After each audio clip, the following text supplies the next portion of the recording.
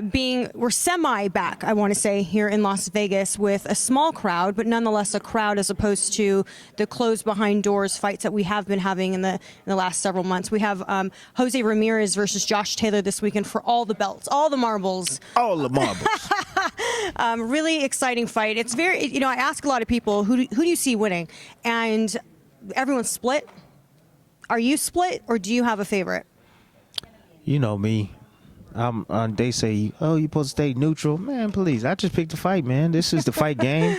It's a 50-50 fight, yeah, but, there got to be a winner. But I feel like fighters have more of a right to pick a fight versus those who have not fought. You think so? I think so. Nah, like, if you look at a majority of the commentators out there, boxing commentators, they don't pick. They don't like to pick because I never pick a side. Because they have to. It's not personal. It's not personal. It's just. But you know what, Tim? It's what we see. They do make it personal.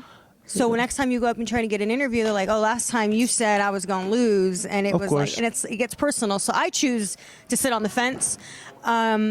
But I respect those who have previously been in the ring and call it as they see it. So stylistically, how do you see the fight going on Saturday?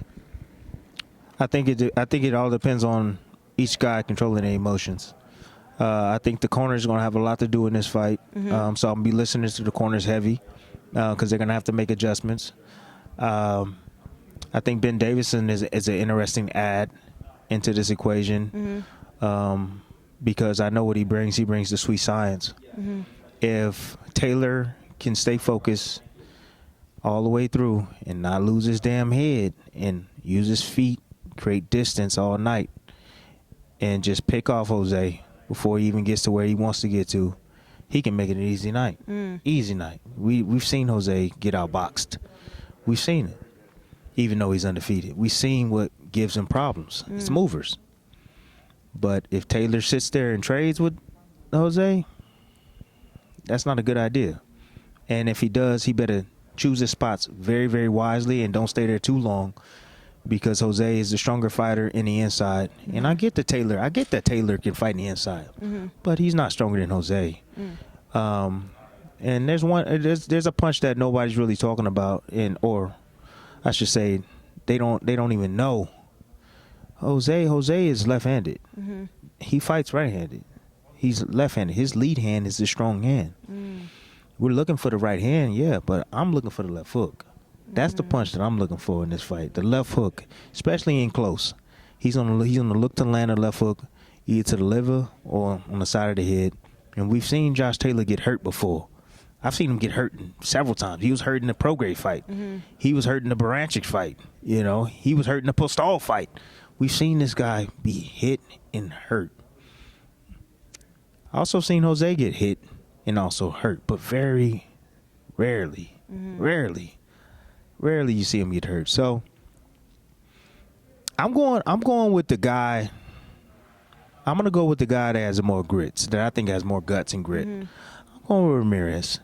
He almost doubles him in experience. 8 years. He has the same amount of knockouts as Taylor has wins. He's younger. He's durable. He was an Olympian, too. We don't talk about that. He was an Olympian. You don't become an Olympian just being a straightforward fighter and being reckless. No, you got to have some smarts. You got to have an IQ to be an Olympian.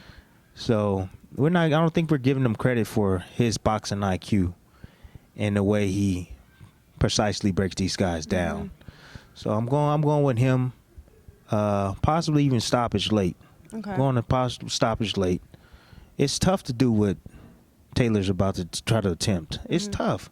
I've been overseas, hostile crowd, out of your comfort zone. As you can see, Taylor he's way out of his comfort zone. He walking around cussing out everybody, and everybody that says something about him, he cussing them out, and it's tough. Tempers are flaring for sure. Oh, his temper is very, very high right now, and they say that's the way he is, but it doesn't look normal to me. It just seems like you can burn a lot of energy being that fierce and that hungry, sitting in your dressing room or sitting even in your room.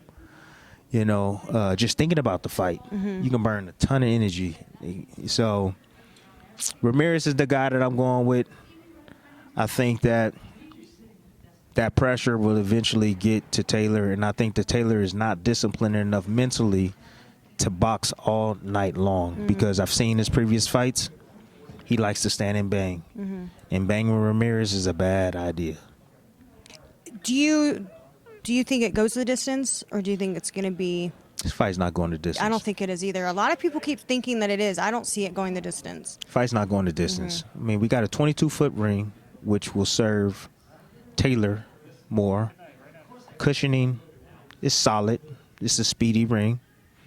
Should serve Taylor more. Taylor should box. He should box. But see the temper already. It ain't even start fighting yet. I see the temper on the stage. He's going to fight. He's going to fight. And I think he's going to get clipped. I think he's going to get clipped. But, I mean, I've been wrong. I've been wrong before. This is boxing.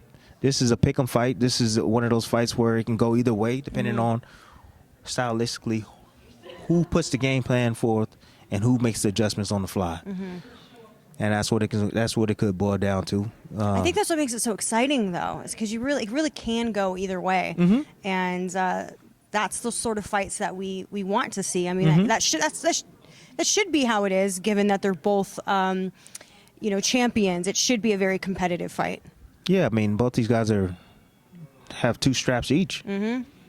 Both these guys have experience in their own right. We want to see competitive matches. That's what we want to see. Makes the sport better. I mean, you don't play basketball and you have the number 20th team playing the number 1 team in the championship. That don't happen often. You got the number 1 team from each conference. The Eastern, but in the West. This is what we got right here. The East, the Far East, the West. Number one. Both these guys holding down titles. They're coming face to face. This is what the sport needs, man.